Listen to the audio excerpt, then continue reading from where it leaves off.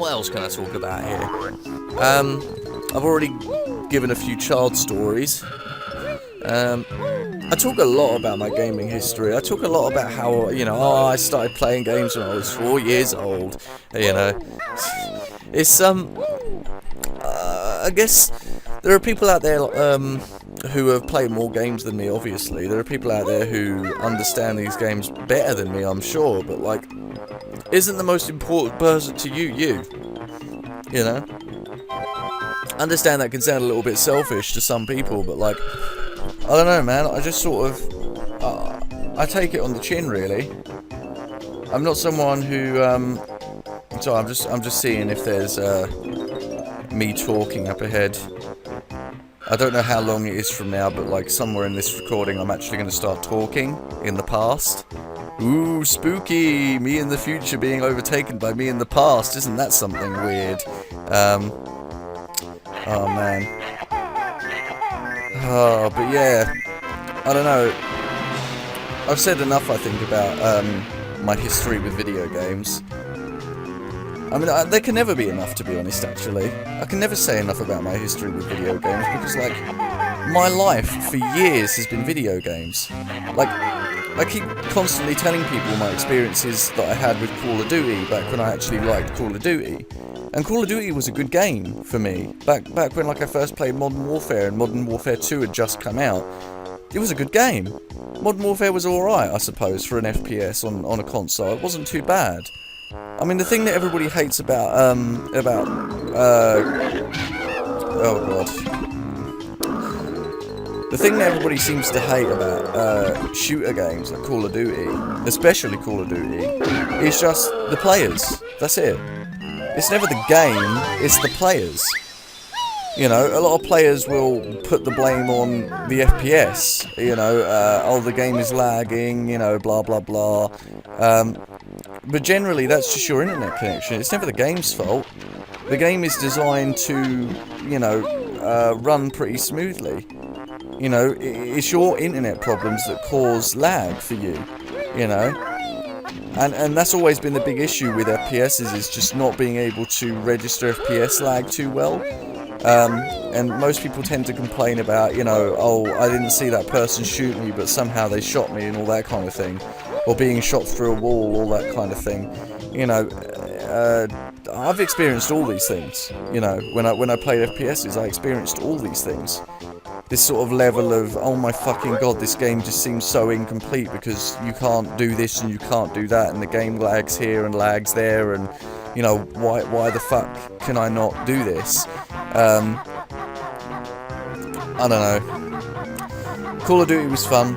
That's all I really have to say about that. It was fun while it lasted. I mean, I suppose if someone asked me the question, would you play the new Call of Duty, I'd probably say yes. But only if it was, free. If someone bought it for me, or if the game was actually free. I wouldn't pay for a Call of Duty game again. I don't want to ever support those developers again, because they're all a bunch of dicks. You grow up and you realise that these companies don't want anything but your money. And then you just sort of go from there, really, and you realise that they're not the only company, and you start to fall out with other companies, and shit happens. You find new gaming companies you enjoy, and you put you make a list of companies you'll never buy from again. The last company that I bought from that I already had on a list of companies I didn't want to buy from was EA, and that was to buy SimCity. And that was just simply because of the fact that I downloaded SimCity for free a long time prior to that, and it never worked properly. No matter what pirated versions I tried to download, it would never work properly. So I just and also SimCity went on sale at one point, and it was down to 20 quid for everything. So I just bought it all at once. And yeah, I suppose it was bad of me to give 20 quid to EA, but I don't know. I just wanted to see SimCity for myself. It wasn't worth it. It really wasn't worth it at all. I wouldn't suggest to anyone to buy SimCity. It really isn't worth it. Go buy City Skylines. It's much more worth your 20 quid. Much, much more worth it. But yeah. Video games. What am I doing right now anyway on this recording? I'm in the oil. We're 50 minutes in already, wow. Incredible.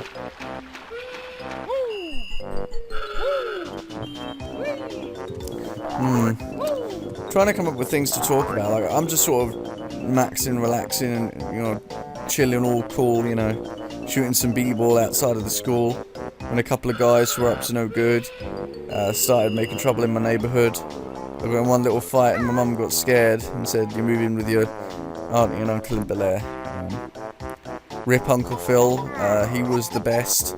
There will never be another like him. Rip in peace, Uncle Phil. Rip in pepperonis. But yeah, I stopped there because I think this is the moment that the extreme editing montage comes in. I didn't actually edit up a montage here. I sort of just cut out all of the bits that weren't necessary. But this is where like most of my time was spent. Was trying to find these last 4 music notes. I believe it cuts here actually in a moment to when I find the music notes. I did some prime cutting here. It actually cut on that pause menu there. I think there was a break in that pause menu of about 5 minutes. So yeah, I did some prime cutting there. Because the music for the main menu doesn't start until like a second after the main menu's fully open. So you can sort of cut it before the music starts, and it just sort of looks like you just paused it and unpaused it. Genuinely genius. But yeah. I'm not sure how much I left in here. Yeah, there we go. This is where I cut it. So this is where I found out where the music notes were. So this is on the other side of the pathway to Rusty Bucket Bay. I'm sorry that I cut there, but like, I mean, you would not want to see the rest of the footage. I literally spent about 20 minutes hunting down those last 4 music notes. So, also, I believe I actually had commentary here. I'm not sure. Possibly. But yeah. Oh, no, yeah, here we go. Yeah. I'll see you guys in a minute. Okay, I'm back after my little break. So, I'm going to allow my future self to interject again and continue the post-commentary while I finish up Rusty Bucket Bay. It was a hell of a journey that I had, trying to find all the 100 music notes, but now it's time to forget about the worries and just focus on finishing the level, because the only worries I had was the music notes. So, future me, you may continue with whatever rant you were on, either in the middle or near the end of the video, whatever. Carry on, please. Okay, so yeah, that's that. I wasn't exactly on a rant past me. I'm more or less just chillaxing right now. It's so weird doing these kinds of videos, because when you hear yourself talk in the past, right, it's really weird because they're talking to you. And it's me. It's me talking to me in the future. He knows. He knows that I'm listening right now. You know, past me knows that me right now, in this moment, is listening. Like a week and a half in the future after having recorded this. So, it's so groundbreaking that I actually do this. I don't know if I know anyone else that actually uses that talks to themselves in videos. It's one of the most fantastic things that I've ever done, though. just using that sort of skill, I guess. Well, I mean, he said I was on a rant. I wasn't. So, what can I talk about now? I've got another 20...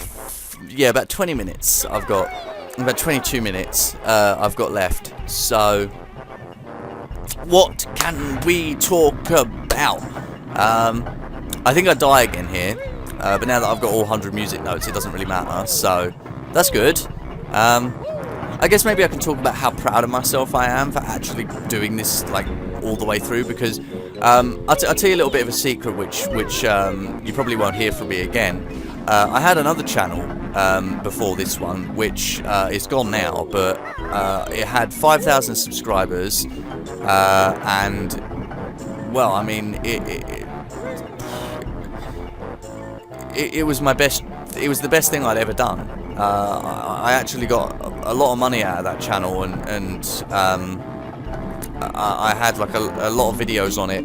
But the reason I'm telling you this is because I'm really proud of this LP on this channel, because on the other channel I started Banjo-Kazooie, but I only got to like episode 10 and then I stopped.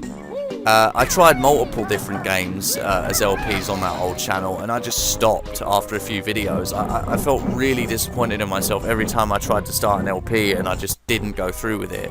And this is the first LP that I think I've ever like fully gone through with on YouTube, and I'm so proud of myself for doing this, because Banjo-Kazooie was one of my favourite games as a kid. And being able to actually play this game and commentate over it for you, you know, whoever is watching this, whoever you are, like, thank you for watching this. Like seriously, like, you don't know how much it means to me. Like, if anybody is actually watching through this and actually enjoys my commentary style, and I die again.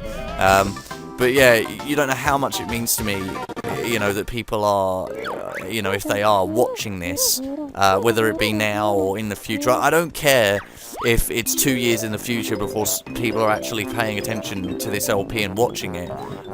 You know, if there are people watching this right now, like in this point in the video, thank you. Thank you for being someone who is watching this, because it means a lot to me when people actually watch these videos, because it's a lot more effort to make this stuff than people think. You know, people think that it's like, I know I'm not someone who spends like multiple hours a day just strictly working on YouTube videos like people like PewDiePie have, or the Yogscast, or I don't know, Markiplier, you know, but at the same time it's mentally draining on a person, you know, especially for YouTubers who might still be in school, in college, or working as well. People who might like part-time be working as well as YouTubing, like Sips. Sips is my fucking hero, man. He's married, has a kid, and has a full-time job on YouTube, you know. A lot of people think Sips doesn't work. He does, he works. He works outside of YouTube. He said it multiple times during streams that he works. So, you know, like, there you go. So he works outside of YouTube. He works on YouTube, and he's dedicated too. He's really dedicated. You know, he's my fucking hero. You know, him and Nintendo Capri Sun are actually now like my favourite YouTubers ever, and they're my absolute heroes. I mean, NCS I've been watching for far too many years to count. Okay, not too many years to count. I've been watching him since 2009, I think. I don't really know where to start, to be honest. Like, YouTube has been my passion for such a long time. I started watching YouTube back in 2006. Oh, and you know what, actually, I never pointed this out in the last sessions that I recorded of this game. I should have pointed it out like back in early June when I did my Man Monster Mansion session, but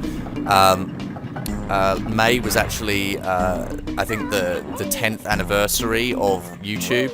I think it was the 24th of May was the first YouTube videos upload date, and that was me at the zoo. And like, I'm so proud of YouTube. Like, I know YouTube has been like a bit of an up-down sort of place over these last 10 years, but like, I'm so utterly proud of YouTube. I think YouTube is a wonderful, wonderful place, and I've been on it for so many years now. I've been watching YouTube videos since February 2006. So I've been watching YouTube for 9 years, and it's been a wonderful experience seeing it evolve from family videos and home videos and cat videos to let's plays, commentaries, video reviews. Just, YouTube has advanced so much over the years, and I'm so proud of it. You know, everything has a fault, and of course YouTube has had its faults over the years, but it's always been a wonderful place for people to get together and build communities and just do wonderful things. And you know, ever since 2009, when I found Nintendo Capri Sun and started watching Let's Plays, I've just become so engrossed in the idea of sharing your ideas and your love of things with people, and seeing what they think of your ideas and your opinions. It's so engrossing and so fun. And I mean, I wish that people did know about me sometimes, and I wish that people did watch my videos, but like, oh, I die here, by the way. I die in a second, just so you don't, like, rip your dick off. But yeah, like, I'm so proud of myself.